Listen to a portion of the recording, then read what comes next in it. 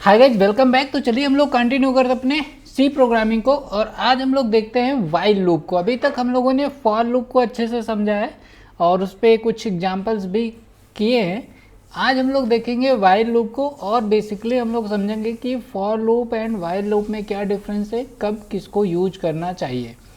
तो आते हैं हम लोग अपने कोड पे। यहाँ पे एक मैं फाइल बना रहा हूँ while.c, और इस पर जो भी हमारे बेसिक्स हैं वो तो रखने ही रखने हैं, ठीक है। ये कुछ हम लोग इस तरीके से सी की बेसिक हेडर फाइल्स तो ये रहती हैं। अब यहाँ पे हमें अभी तक फॉर लूप में काम किया था और लूप बनाते थे फॉर करके, और इसके अंदर कुछ कंडीशंस वगैरह इनिशियलाइज करते थे, कंडीशंस लगाते थे, इंक्रीमेंट डिक्रीमेंट करते थे। आज हम लोग देखेंगे वाइल लूप को। वाइल में आप देखो एक हेल्प आ रही, यहाँ पे है कंडीशन और यहाँ पे है कोड। इस तरीके से यहाँ पे क्या करते थे हम लोग, इंट करते थे और यहाँ पे कुछ कंडीशंस बनाते थे, जैसे i लेस देन 10 और i plus plus, then code हमारा यहाँ पे होता था ब्रेसेस के अंदर। तो कोड तो अभी भी ब्रेसेस के अंदर है, बट यहाँ पे केवल कंडीशन है, इनिशियलाइजेशन और इंक्रीमेंट जैसा वाइल लूप में नहीं होता है। दैट मीन्स इसको जब आप यूज करेंगे तो इसमें ना तो आप वैल्यू इनिशियलाइज कर पाएंगे डायरेक्टली, और ना ही इंक्रीमेंट डिक्रीमेंट होगा इस तरीके से। दैट मीन्स अगर आप चाहते हो, आपको पता है क्या कंडीशंस पे हमें लूप को रन करना है, तब तो आप वाइल लूप करोगे। और अगर आपको ज़्यादा कुछ आइडिया नहीं मिल पा रहा है कि हमारा लूप कैसे चलेगा, तो उस केस में आप वाइल का यूज कर सकते हैं। दोनों लूप सेम ही काम करते हैं, ऐसा कुछ नहीं है कि आप फॉर की जगह वाइल यूज नहीं कर सकते हैं और वाइल की जगह फॉर नहीं यूज कर सकते हैं। दोनों लूप आप यूज कर सकते हैं विदाउट एनी प्रॉब्लम। आप किसी भी लूप के थ्रू कोई भी कोड अपना बना सकते हैं, प्रोजेक्ट बना सकते हैं, और इनमें आपको जो प्रैक्टिस में अच्छा लगे आप उसका यूज कर सकते हो, ऐसा कोई इशू नहीं है। बस समझने की बात यह है कि यहाँ पे इनिशियलाइजेशन और इंक्रीमेंट इसके साथ ही हो जाता है, लूप के साथ ही हो जाता है, और वाइल में इनिशियलाइजेशन इंक्रीमेंट नहीं होता है, केवल कंडीशंस का यूज किया जाता है। जैसे अगर सेम चीज़ को यहाँ पे अगर मुझे बनाना हो वाइल में, तो मैं क्या करूँगा, इनिशियलाइजेशन बाहर ही कर दूंगा, जैसे मैंने फॉर में भी एक बार करके आपको दिखाया था। इंट i इक्वल टू 0 हम इसको इनिशियलाइज कर दिए बाहर ही, ठीक है ना। यहाँ पे इनिशियलाइज करेंगे और इंक्रीमेंट होगा इस लूप के लास्ट में। जब सारा कोड आपका ख़त्म हो जाएगा उस टाइम पे हम इंक्रीमेंट डिक्रीमेंट वाला जो अपना कॉन्सेप्ट यहाँ पे होता था वो हम करेंगे कोड के लास्ट में। आप इसको पहले भी कर सकते हैं, डिपेंड अपॉन योर रिक्वायरमेंट।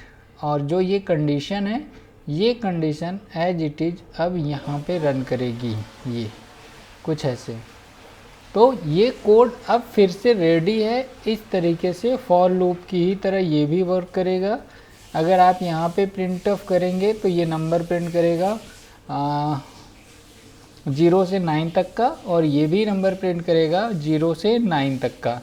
अगर आप चाहते हो तो देख सकते हैं, हम यहाँ पे प्रिंटफ, एक प्रिंटफ लेते हैं, एक प्रिंटफ लेते हैं, और यहाँ पे %d बैकस्लैश n ले लेते हैं ताकि हमें इंटर करके दिखता रहे वैल्यू। या फिर मैं एक स्पेस ही लेके दिखा देता हूँ, एक स्पेस लेते हैं और यहाँ पे i को प्रिंट करते हैं, देन यहाँ पे सेमीकोलन। एक और यहाँ पे प्रिंट अप करते हैं, इसमें हम दिखाएंगे कि प्रिंटेड बाय फॉर लूप। आपको दिखाता हूँ मैं, प्रिंटेड बाय फॉर लूप, और इसमें हम लगा देते हैं बैकस्लैश n।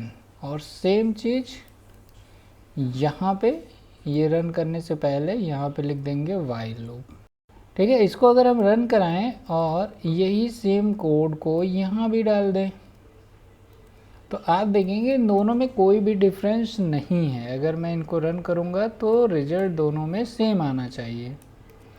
रन कराते हैं और देखते हैं, ठीक है। ओके, यहाँ पे भी एक बैकस्लैश n लगा देते हैं ताकि ये इंटर होता हुआ दिखे, अदरवाइज वो वहीं से शुरू हो जा रहा है। तो देखो यहाँ पे है प्रिंटेड बाय लूप क्या आया 0 to 9, और यहाँ पे प्रिंटेड बाय वाइल लूप यहाँ भी आया 0 1 2 3 4 5 6 7 8 9 9 तक।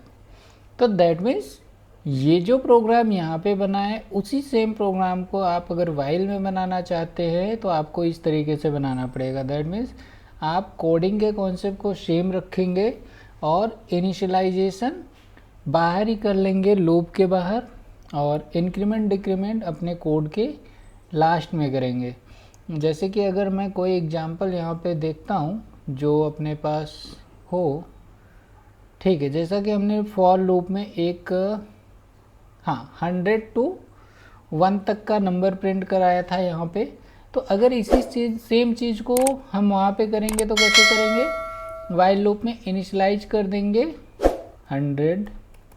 100 यहाँ पे इनिशियलाइज करेंगे, और आई में अब डिक्रीमेंट करेंगे, आई में डिक्रीमेंट करेंगे और same as it is print कर देंगे। तो ये आपको 0 to यानी 100 to 1 तक का नंबर ये प्रिंट करके दे देगा। अभी यहाँ पे एक कंडीशन गलत है, कंडीशन गलत है, तो कंडीशन आप देख लो यहाँ पे क्या है, कंडीशन है ग्रेटर देन 0 होना चाहिए। तो वही सेम कंडीशन यहाँ भी लगाएंगे, यहाँ भी लगाएंगे कि आई जो है वो लेस देन नहीं ग्रेटर देन 0 होना चाहिए। जब तक ग्रेटर देन होगा तभी तक ये लूप वर्क करना चाहिए।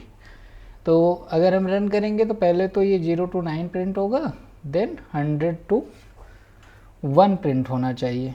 तो इसको यहाँ पे रन करते हैं।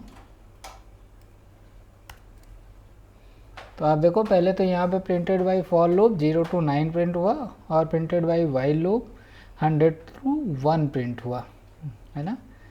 तो आप देखो सिंपल है, जैसा आपने फॉर लूप पढ़ा है same as it is while loop भी वर्क करता है। बस कंडीशन इसके अंदर आती हैं, इनिशियलाइजेशन और इंक्रीमेंट जैसा इसके अंदर ऑप्शन नहीं होता है तो आपको बाहर इनिशियलाइज करना पड़ेगा और लास्ट में इंक्रीमेंट या डिक्रीमेंट करना पड़ेगा, और इसका भी यूज करके आप सारे प्रोग्राम बना सकते हैं। मैंने आपको एक एग्जांपल के भी थ्रू बताया, तो आप देख सकते हैं कि कितना इजीली आपने वाइल लूप के साथ भी कोड कर लिया है। इसमें बस मेजरली आपको ध्यान ये रखना है कि सबसे पहले प्रोग्राम आएगा, कंपाइलर आएगा और आपका बाहर इनिशियलाइजेशन चेक करेगा और यहाँ पे आ जाएगा आई ग्रेटर देन 0, देन इस तरीके से प्रोग्राम रन करता चला जाएगा। अच्छा, इन दोनों चीज़ों में मैं एक चीज़ और यहाँ पे बताता चलूँ कि जैसे अगर हम i = 1 इनिशियलाइज करते थे और इसको 10 टाइम हमें प्रिंट करना होता था तो i < 10 कर देते थे। कुछ इस तरीके से हमारा प्रोग्राम होता था और यहाँ पे i++ करते थे। अच्छा, इस केस में अगर मैं कर दूँ और इसको रन कर दूँ तो आपको ये एक इनफाइनाइट लूप बन जाएगा, और इनफाइनाइट लूप का भी आप थोड़ा सा कॉन्सेप्ट भी समझ लो। ये दोनों चीज़ों में हो सकता है क्योंकि यहाँ पे माइनस माइनस है तो हर बार वैल्यू 1 से माइनस होती चली जाएगी और कभी भी 10 नहीं आएगा, जिसकी वजह से ये एक इनफाइनाइट लूप बन जाएगा। मैं इसको आपको रन करके दिखाता हूँ। तो देखिए यहाँ पे एक इनफाइनाइट लूप बार बार डेटा प्रिंट होता ही चला जा रहा है और अब ये कभी रुकेगा नहीं, क्योंकि यहाँ पे कभी भी ये ग्रेटर नहीं होने वाला है 10 से। तो आप देख रहे हैं ये बार बार रन करता जा रहा है। तो मैं इसको फिर से रीरन करता हूँ, या फिर अब मुझे इस टर्मिनल को रोक देना चाहिए, क्लोज कर देना चाहिए, तभी ये प्रोग्राम रुकेगा, अदरवाइज़ ये इनफाइनाइट तक रन करता जाएगा। तो आप कभी इनफाइनाइट लूप भी बना सकते हो। बस इसको रोकने के लिए एक ही कंडीशन है कि अगर ये इसमें ब्रेक स्टेटमेंट डालेंगे तो ये रुक जाएगा, क्योंकि ब्रेक बेसिकली करता क्या है कि उस लूप को ही टर्मिनेट कर देता है। तो अगर मैं कर दूं इफ़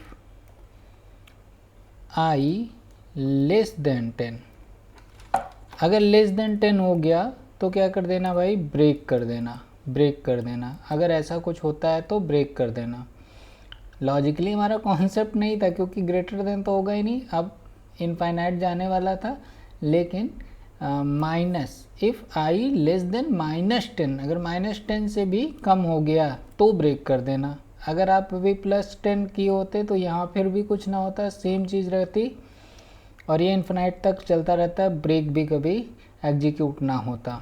तो मैं इसको एक बार रन कराता हूँ और अब देखो 0 प्रिंट हुआ, 1 प्रिंट हुआ, 1 प्रिंट हुआ, 0 प्रिंट हुआ, फिर -11 तक वर्क करता गया।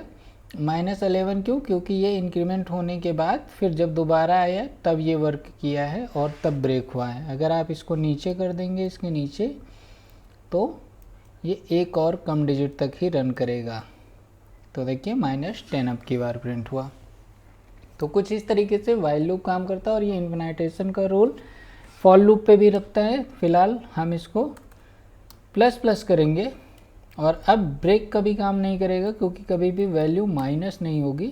तो आप देखो पॉजिटिव में 1 से 9, क्योंकि अब ये वाला कंडीशन काम कर रहा है, ये कभी वर्क नहीं करेगा। तो सेम चीज़ है ब्रेक, कंटिन्यू। कंटिन्यू में भी क्या होगा कि जहाँ पे आप कंटिन्यू लिख देंगे उसके बाद का कोड रन नहीं करेगा, डायरेक्ट यहाँ पे लूप में स्टार्ट में आ जाएगा और फिर से नेक्स्ट लूप चलने लगेगा। तो इस तरीके से यहाँ भी कंटिन्यू और ब्रेक काम करता है।